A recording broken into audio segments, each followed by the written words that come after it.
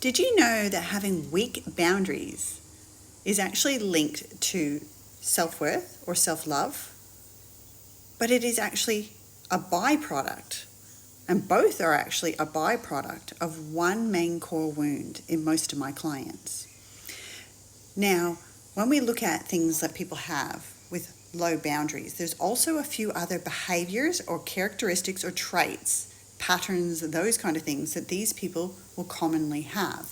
Now, I'm going to share a few of those. So we got weak boundaries. We struggle to speak our needs and desires. So we struggle to actually get what we want in life.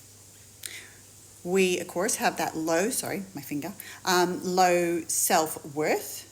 Okay, so we are very easily, because of the lack of boundaries as well, we quite often end up in relationships with people that don't love us the same as what we love them, which actually can lead into having relationships with narcissistic people that gaslight us, that are manipulative or emotionally abusive, psychologically abusive, controlling, because we don't have those healthy boundaries or we're not able to put those healthy boundaries in place.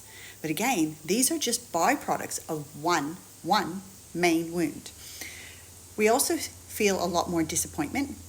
So because we don't speak what we want and need, and we are more likely to people please, so allowing the other person to make the decisions, even knowing we might actually have a desire, we might actually want something particular, we are not used to speaking what we want, so we feel a lot more disappointment. We hope that these people will know what we want. Why don't they understand us? Why don't they know us well enough?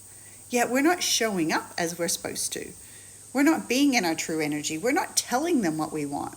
And then when we finally do come to the table with our feelings and our emotions, and we start to express ourselves, so often we're not heard. We find that things just don't change. They don't take us serious because they're not used to us actually being able to speak up. These people also have a lot of anxiety. They're very anxious in relationships and usually have an anxious attachment style. Now, I did say that we are people pleasers. So we please them. We give a lot. We overgive. We rarely get back what we give. And we think if we keep giving them more and we keep doing these things, they're going to love us more, right? It becomes this looping cycles of that one thing we feel is going to give it, but they affect so many areas. But there's still one main core wound that creates all of these things. So working with that one main core wound, we can start to address all these things. Usually we've adapted these things from a very young age with this one strong fear that we obtain, okay? And we adapt these things to overcome that fear or prevent that. So understanding this is really the foundation of us being able to heal a lot of these things. So often people start to work on their self-worth or start to learn how to put boundaries in place, and yes, that is great. It will help. But you really need to target the cause of all of these things. So I love helping my clients find the map to healing. At that starting point of where that core wound is, starting to see the patterns and behaviors and how these things actually all link and why, that awareness. How do we come back into having compassion and understanding and being able to heal ourselves quicker and more efficiently?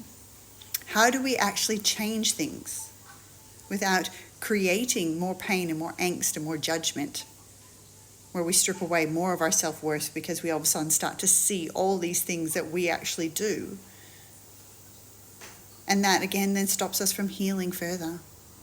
So if you want to find out what that one core wound is and actually start getting some tools and techniques and processes, I'm open to having a connection call with you, seeing how maybe my map, the journey to healing, might actually help you recover.